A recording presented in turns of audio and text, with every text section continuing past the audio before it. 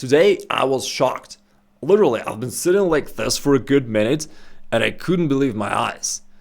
And, it's not that simple to surprise me in chess. I've been playing chess for 30 years, I'm GM and all that stuff, right? But I couldn't believe this. It's a god level move after god level move after god level move. And I think that this is how you should play with white, because it's a really powerful opening. I'm talking about the Danish Gambit. So you start off with pawn e4, and after that you start offering a couple pawns to seize the initiative early in the game. So you offer one pawn, then you offer the other one, and as he accepts it, you then play bishop c4. You still don't care about pawns. After pawn takes on b2 and bishop takes b2, yes, you sacrifice two pawns, but now you've got these two monstrous bishops attacking along these diagonals. You have a lot of space to move around, like you can, for instance, easily bring your queen somewhere to b3 or to d5 and put pressure along this diagonal, and black is in a huge trouble. Again, I've had a lot of fun, a lot of success with this opening, especially in Blitz, and let me share it with you so that you can use it just as well. Alright, first off, you can see that it's not that easy for black even to continue his development, because right now your bishop is putting pressure here, which ties their bishop down to the defense of this pawn. So they can't just move it away that easily, or else you would capture this pawn on g7 and then this rook on h8. If they instead try knight to f6, it never works because you can always push it away with pawn to e5. And where can the knight go? I mean, they don't want to undevelop it, it's just passive and makes no sense. Your queen controls these two squares, therefore the knight cannot go there, and the only option left is knight e4, but that fails to an extremely common tactics which is worth remembering. That's how you win lots of Danish Gambit games. It starts off with this bishop sacrificing on f7. And that's the sacrifice that you're going to see in lots of variations today. So bishop takes f7 first, king takes, and after that you follow up with queen to d5, which is a double attack. And thanks to this little combo, you regain your material with interest. Now, let's not forget that although the king seems to be standing on its natural square, it has moved and therefore it lost the right to castle. It cannot castle anymore, it will have to stay here on e8 forever, while you will just finish your development with like simplest moves possible, and then you break open with e6 and you kill the king. Like, it's literally winning for white here. I mean, maybe a computer can defend it, but in a real game of chess, I believe it's easily winning for white. But the most impressive variation takes place right in the main line of the Danish Gambit. Here, your opponent notices that somehow he's gonna develop these pieces and castle. Therefore, he plays bishop b4 check. In this case, in the vast majority of these positions, I recommend that you cover it with the knight from d2, not from c3 square, as you want to leave this diagonal for your bishop and to stay active. So we go knight d2, and now this pawn on g7 is hanging. Therefore, black goes knight f6. He wants to castle, and besides that, he's actually attacking your pawn because the knight is pinned. But as we know, when your opponent brings the knight up to f6, you can always kick it off by going pawn to e5, and that's a good way for you to start your attack. Your opponent is still happy. He goes knight e4, and it looks like, hey, he's putting pressure to this knight, which is pinned. Now he's attacking it twice, and he feels that he is in control. Like, you probably will need to defend this knight somehow. He'll castle and enjoy his two extra pawns. Now, if he knew what's coming, in reality, he'd probably resign, quit chess, and never look back, but he doesn't. So he thinks he's all right. And here's what's coming. You play bishop takes f7. By now, it shouldn't surprise you because that's the very common sack that wins in lots of these variations. King takes, and now queen to b3. So we made this king to stand there, and now we can double attack the king and the bishop. So we aim to get the bishop back on the next move while exposing the king. The most played move by black is pawn to d5. They want to cover and they want to solidify their position overall. Now, your opponent's pretty sure that you're going to capture this bishop because that seemed to be the intent of your queen b3 move, right? Wrong. Because instead of playing queen to b4, you toss in a very nice in-between move, pawn takes d6. And in fact, some of your opponents are not even aware of such an opportunity. It's called an en passant capture, and this move was reported by many as a bug on chess.com, but that is a legal move. And that is a discover check to the king. So they tried to lock the position, keep it closed, cover their king. It never worked. Anyway, they have to cover their king somehow, so they play bishop e6. And this attacks the queen, so now you capture here on b4. So far, so good. Now this knight is hanging here on e4, right? You're attacking it twice, therefore your opponent just trades on d2. And at this point, your opponent is 100% sure that you're going to finally get it back with queen takes d2, right? Wrong. Once again, you surprise your opponent, and you swing the queen over to the king side by playing queen to f4, playing one another in between move, queen f4 check. Notice that your bishop is still doing a good job controlling this diagonal, therefore he can't cover with the queen, it will be captured by your bishop. So there we go, king g8. And they still think, okay, alright, I'm in control. Finally, this dude will end up capturing this knight and I'll be alright. But you don't, you never capture this knight. You instead play pawn takes c7, and somehow, strangely enough, this pawn delivers this very unusual fork to the queen and knight. And it's supported by your queen from f4. That was the point of you delivering check on the previous move. And it's actually a bit annoying, because they have to also guard the knight as well as the queen. And they usually go queen to e8. And this is an attempt to maintain the guard of this knight, but also to potentially create some sort of discovered attacks along the e-file. At this point, your opponent is 200% sure that you're gonna grab one of the knights, either the one on d2 or the one on b8. But you don't. I've told you, this is not even Carlsen level moves, these are God level moves, really. Because what you do here is you play queen e5, right? Creating this battery along this long diagonal, threatening queen takes g7.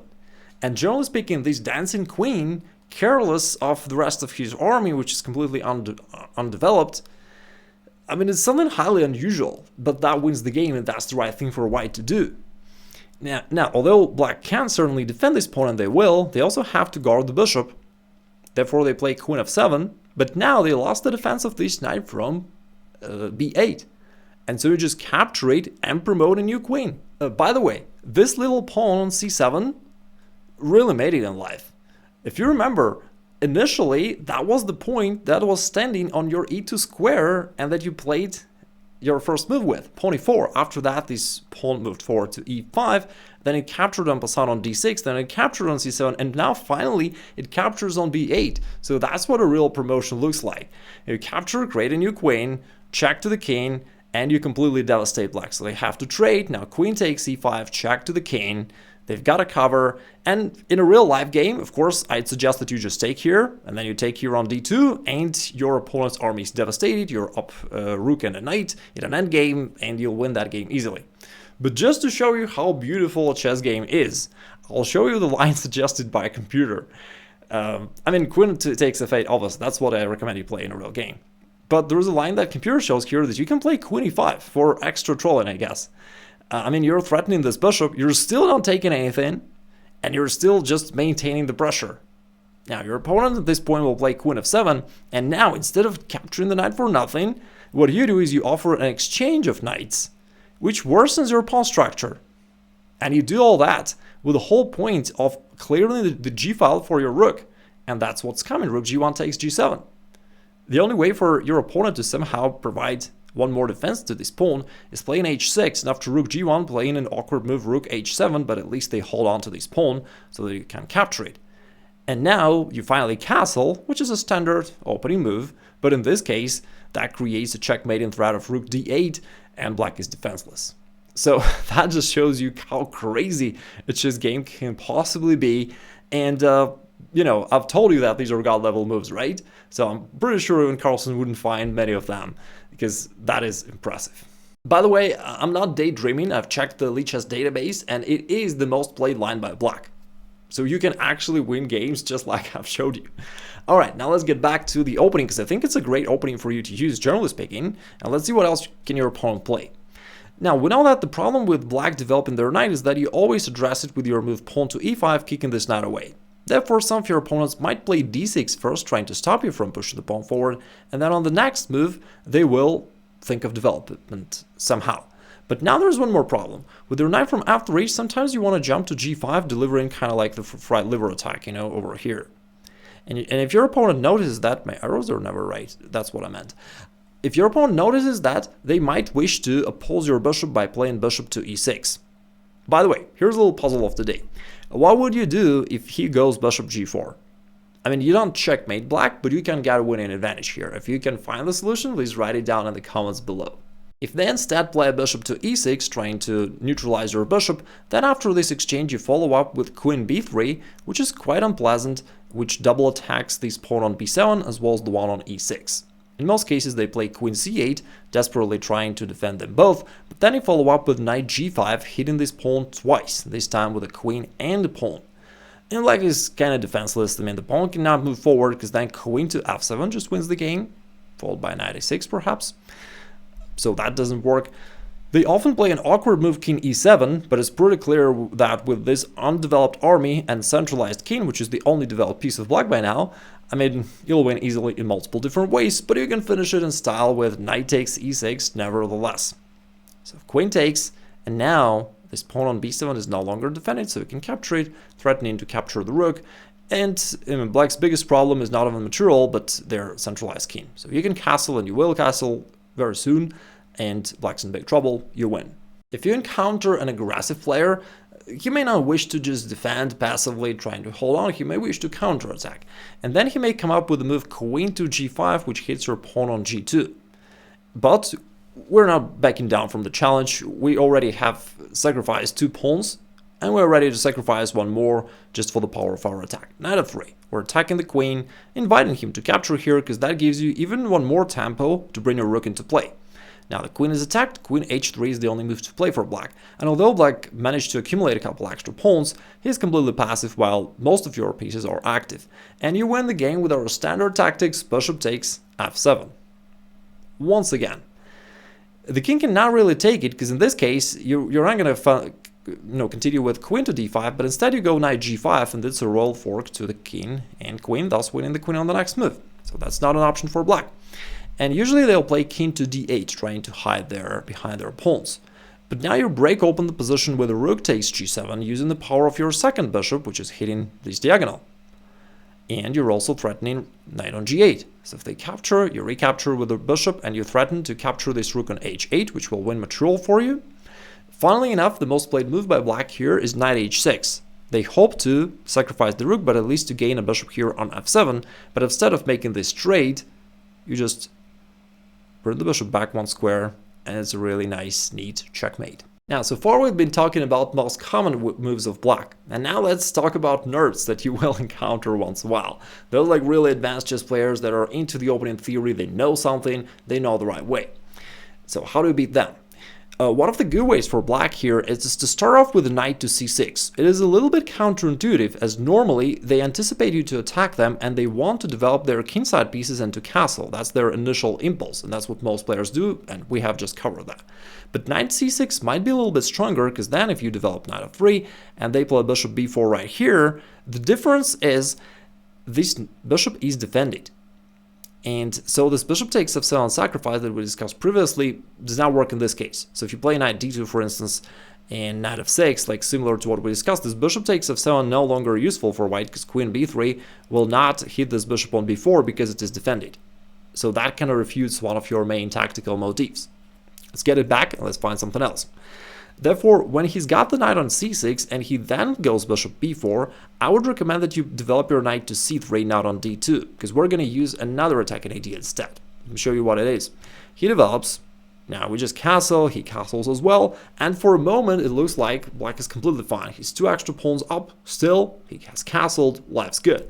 But that's when you play knight to d5, and it turns out that black is still under quite strong pressure. Now from d5, you're putting pressure here, you're also putting pressure here. Let's not forget from your bishop that adds some more pressure over there. And now you can see why we use this line exactly when he's got this knight on c6. It is because black will usually try to trade off, but now with pawn to d5, you gain 1 extra tempo for your attack because you attack this knight on c6. And strangely enough, black's in trouble. When they go knight e7, you follow up with queen to d4, you create this battery along this long diagonal, and you just win the game. Like, one of the mottos of the Danish Gambit is to keep attacking quickly before your opponent has any time to complete his development, so that you finish him off earlier than that. And this is exactly what's going on right now. They can't block it this way because of d6, discover, check, and you grab the knight on the next move. Quite cool. If instead he goes knight to f5 here, trying to attack your queen and defend the pawn, you just switch over here to g4 and you've got all the same threats. You put pressure to g7 and you attack this knight on f5. Now this bishop is also coming into play. d6 is what they'll try doing, trying to defend their knight, but after bishop d3 you just have way too many threats for black to handle, and you win. So you threaten this knight, you threaten this bishop over here on b4, the knight cannot go away because if queen takes g7 checkmate. So you've got threats all around and he's defenseless. And here is the variation that, once again, you're going to use against advanced level opponents. They're going to play pawn to d5. That's a classical move suggested by chess books to counter the Danish Gambit.